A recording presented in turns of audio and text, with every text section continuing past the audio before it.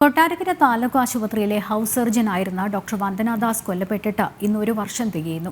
ആരോഗ്യ പ്രവർത്തകരുടെ സുരക്ഷയ്ക്കായി ആശുപത്രികളിൽ പോലീസ് ഔട്ട്പോസ്റ്റും CCTV ക്യാമറകളും സ്ഥാപിക്കും എന്ന സർക്കാർ വാഗ്ദാനങ്ങളെല്ലാം പ്രഖ്യാപനങ്ങളിൽ ഒതുങ്ങി. വന്ദനാദാസ് കൊലക്കേസിൽ കൊല്ലം അഡീഷണൽ സെഷൻസ് കോടതിയിൽ കേസിന്റെ വിചാരണയ്ക്ക് മുന്നോടിയായുള്ള പ്രാരംഭ നടപടികൾ ആരംഭിച്ചിട്ടുണ്ട്. കോടതിയിൽ നീതി ലഭിക്കും എന്ന പ്രതീക്ഷയിൽ തോരാക്കണ്ണീരുമായി കാത്തിരിപ്പിലാണ് വന്ദനയുടെ കുടുംബം.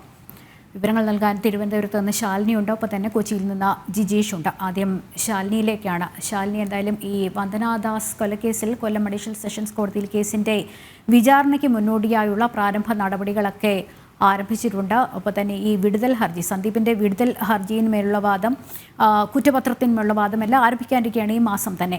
പക്ഷേ ഈ വന്ദനയുടെ ആത്മാവിന് നീതി ലഭിക്കണം, വന്ദനയുടെ മാതാപിതാക്കൾക്കൊരു ആശ്വാസം ലഭിക്കുന്നതിന് വേണ്ടിയിട്ടുള്ള ആ കാര്യങ്ങളെല്ലാം രക്ഷാകോടതിയുടെ ഇനിയുള്ള മുന്നോട്ടുള്ള നടപടികൾ നമുക്കത് ഏകദേശ സൂചന കിട്ടും എന്നുള്ളതാണ്. പക്ഷേ സർക്കാർ ഈ വിഷയത്തിൽ എന്ത് നിലപാടെടുത്തു എന്നുള്ളത് വളരെ നിർണായകമാണ്. നമുക്ക് എങ്ങനെ നോക്കിക്കാണാം?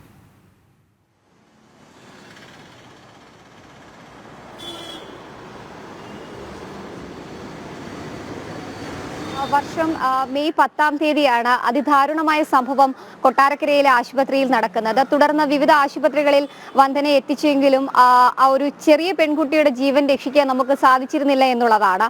ആരോഗ്യ സംവിധാനങ്ങളെ വെല്ലുവിളിക്കുന്ന രീതിയിലും ഒപ്പം തന്നെ ആരോഗ്യ മേഖലയിൽ ജോലി ചെയ്യുന്നവരുടെ സുരക്ഷ ഉൾപ്പെടെയുള്ള കാര്യങ്ങൾ വലിയ രീതിയിൽ ചർച്ച ചെയ്യപ്പെട്ട ഒരു വാർത്ത കൂടിയായിരുന്നു വന്ദനയുടെ മരണം എന്നുള്ളത്. എന്തായാലും ഒരു വർഷം പിന്നിടുമ്പോഴും അതിൽ കൃത്യമായ നടപടികൾ സർക്കാർ സംവിധാനങ്ങളുടെ ഭാഗത്തു നിന്ന് ഉണ്ടാകുന്നില്ല എന്നുള്ളൊരു ആക്ഷേപമാണ് KGMO അടക്കമുള്ളവർ മുന്നോട്ട് വെക്കുകയും ചെയ്യുന്നത്. തുടർച്ചയായി ഇത്തരത്തിൽ ആരോഗ്യ പ്രവർത്തകർക്ക് നേരെ ഉണ്ടാകുന്ന അതിക്രമങ്ങളും പീഡനങ്ങളും ഒക്കെ തന്നെ വാർത്തയായി നമ്മൾ പല ജില്ലകളിൽ നിന്ന് കാണുകയും ചെയ്യുകയാണ്. ഈ ഒരു സംഭവത്തിന്റെ പശ്ചാത്തലത്തിൽ കൂടിയാണ് നിയമസഭ ഔദ്യോഗികമായൊരു ബില്ല് പാസ്സാക്കുന്നു. അത് നിയമമായി വരുന്നു.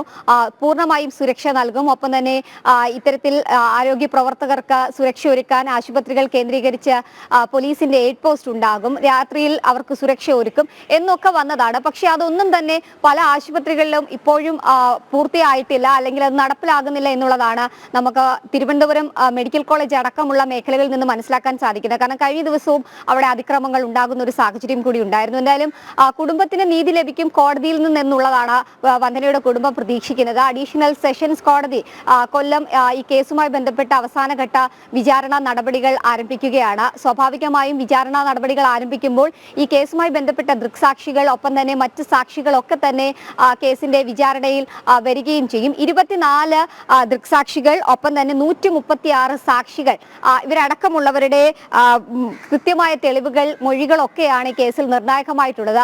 അതേസമയം തന്നെ ലക്ഷ്മി സൂചിപ്പിച്ചതുപോലെ തന്നെ ഈ വിടുതൽ ഹർജിയുമായി ബന്ധപ്പെട്ട പ്രതിഭാഗവും നിൽക്കുന്നുണ്ട്. പ്രതിഭാഗം പറയുന്നത് ഇത്തരത്തിലൊരു മരണത്തിലേക്ക് കടന്നത് അല്ലെങ്കിൽ നയിച്ചത് ആരോഗ്യ സംവിധാനങ്ങളുടെ അപര്യാപ്തതയാണ്, അല്ലാതെ തങ്ങളുടെ ഭാഗത്തു നിന്നുണ്ടായ തെറ്റല്ല, അല്ലെങ്കിൽ സന്ദീപിന്റെ ഭാഗത്തു നിന്നുണ്ടായ തെറ്റല്ല, കൃത്യമായ ചികിത്സ നൽകാത്തതാണ് മരണം സംഭവിച്ചത് എന്നുള്ളതാണ്. സ്വന്തം തെറ്റിനെ ന്യായീകരിച്ചുകൊണ്ട് ആരോഗ്യ മേഖലയിലെ സംവിധാനങ്ങളെ പഴിചാരിക്കൊണ്ടുള്ള ഒരു വിടുതൽ ഹർജിയാണ് പ്രതിഭാഗം മുന്നോട്ട് വെച്ചിരിക്കുന്നത്. അതേസമയം തന്നെ പ്രോസിക്യൂഷന്റെ വാദവും ഏറെ നിർണായകമായിട്ടുള്ളതാണ്. പ്രത്യേകിച്ച് ഇത്തരത്തിൽ നിരന്തരമായ സംഭവങ്ങൾ നടക്കുന്ന പശ്ചാത്തലം, ഒപ്പം പലരെയും നിസ്സഹായമാക്കി നോക്കി നിൽക്കുന്ന ഒരു സാഹചര്യത്തിലാണ് ഡോക്ടർ വന്ദന ഇത്തരത്തിൽ അതിദാരുണമായ കൊലപാതകത്തിന് അല്ലെങ്കിൽ അതിദാരുണമായ ശാരീരിക പീഡനത്തിനും തുടർന്ന് മർദ്ദനത്തിനും ഒക്കെ ഇരയാക്കേണ്ടി വരുന്നതും പിന്നീട് മരണം സംഭവിക്കുകയും ചെയ്തിട്ടുള്ളത്. എന്തായാലും വിഷയത്തിൽ വിചാരണ നടപടികൾ ആരംഭിക്കാൻ പോവുകയാണ്. അതേസമയം തന്നെ സംസ്ഥാന വ്യാപകമായിട്ടുള്ള ആരോഗ്യ പ്രവർത്തകർ സുരക്ഷ ഉറപ്പാക്കുന്നുണ്ടെന്ന ഒരു ചോദ്യം കൂടി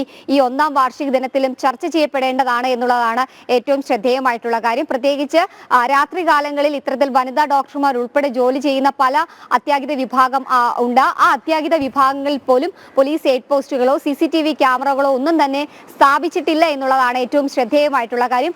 അതിലടക്കം ഒരുപക്ഷെ ഈ ഒരു വർഷം തികയുന്ന സാഹചര്യത്തിലും സർക്കാർ ഒരു വിലയിരുത്തൽ നടത്തും, അല്ലെങ്കിൽ ഒരു പരിശോധന നടത്തും എന്നുള്ളതാണ് KGMO പ്രതീക്ഷിക്കുന്നത്. എന്തായാലും വന്ദനാദാസ് കൊല്ലപ്പെട്ടിട്ട് ഇന്ന്, അല്ലെങ്കിൽ മരണത്തിന് കീഴടങ്ങിയിട്ട് ഇന്ന് ഒരു വർഷം തികയുകയാണ്.